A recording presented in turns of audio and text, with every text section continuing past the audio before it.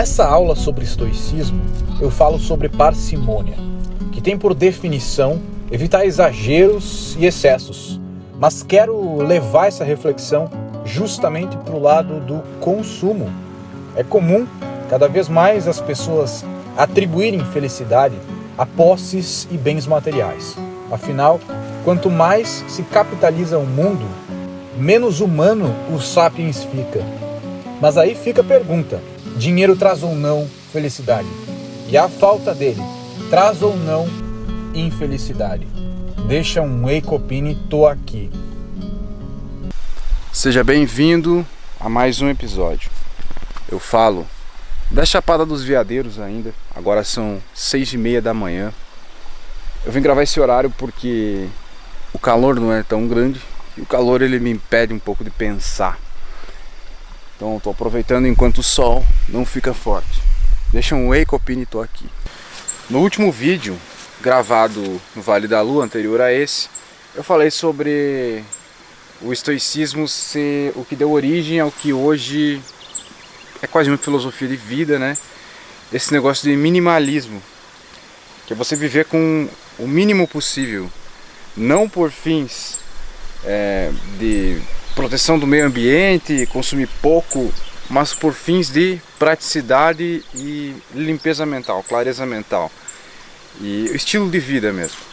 Alguns filósofos antigos começaram a pensar que infelicidade era um atributo apenas das pessoas ricas, já que as pobres não tinham tempo para pensar sobre isso. E a origem dessa infelicidade era justamente porque os ricos ainda não tinham tudo o que queriam.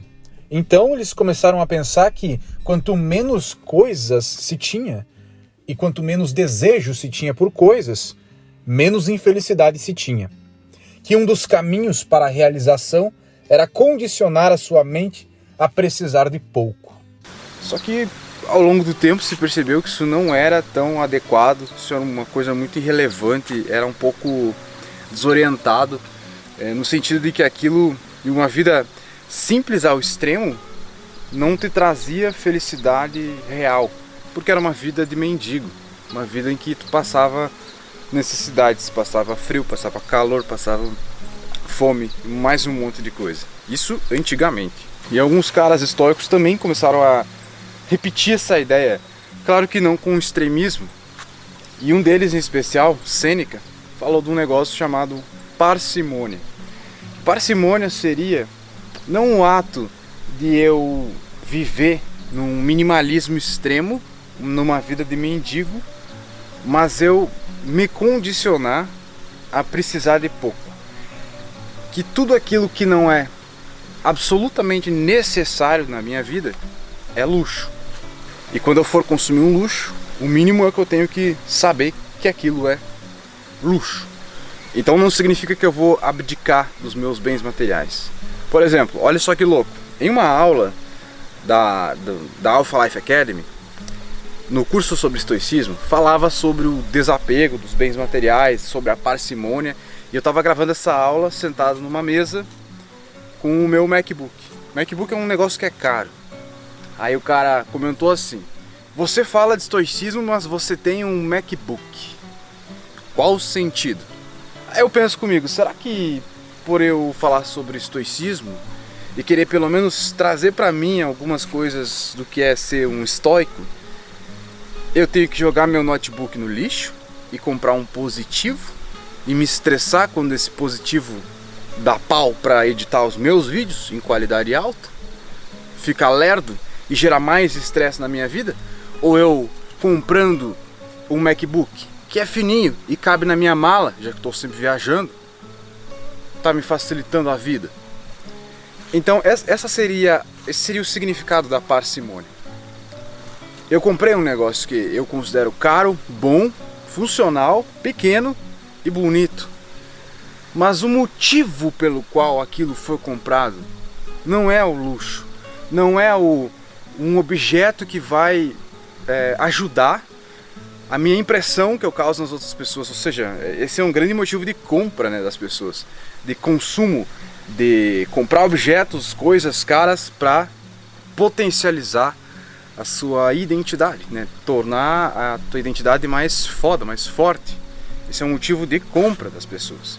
Parcimônia seria, olha, eu vou consumir o que eu quiser, coisas boas, coisas assim de qualidade, mas eu sei o motivo pelo qual eu estou comprando isso. É funcional? Vai durar muito tempo? É bom? Não tem o argumento do luxo e da construção de identidade. Isso seria a parcimônia.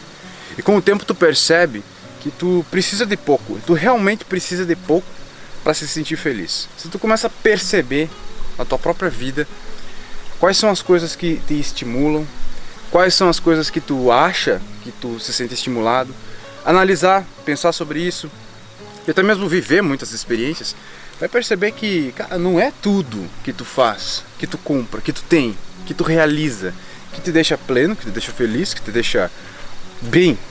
A maioria das coisas que tu vai querer fazer são um estresse. Não que elas tenham que ser evitadas, mas elas são, de certa forma, um estresse que vai gerar mais frustração do que recompensa. Claro, e muitas vezes a gente julga que é real, que é interessante pagar o preço das coisas, mas no sentido felicidade, realização pessoal e aquela coisa de dinheiro trazer felicidade, luxo trazer felicidade, isso é uma grande falácia, isso é uma grande besteira, na minha humilde opinião. Isso inclusive não precisa nem de um vídeo falando, nem de um livro estoico, nem de nada, isso é uma conclusão que se chega naturalmente. Só que o outro extremo, viver com quase nada, ter um amor à pobreza, um amor a não ter coisas e tipo assim, uma ostentação de simplicidade para dizer, olha, a felicidade está nas coisas simples, também não é o caminho. Então, como sempre, o caminho seria um meio termo entre os dois. Um consumo, uma aquisição de bens e riqueza, um investimento de capital vital, né, de energia vital, com muita sensatez, sabendo o que traz felicidade e o que não traz. Muita sensatez. Isso é o significado de parcimônia. Bom, eu te falei aqui em mais um vídeo um pouquinho a mais do que compõe o estoicismo. Se tu quer saber mais sobre isso, eu vou deixar na descrição aqui desse vídeo o meu curso, meu treinamento sobre estoicismo. Se tu quer saber de onde veio essa teoria de parcimônia, vem de Sêneca. Deixa eu ver que eu opino aqui, obrigado pela atenção.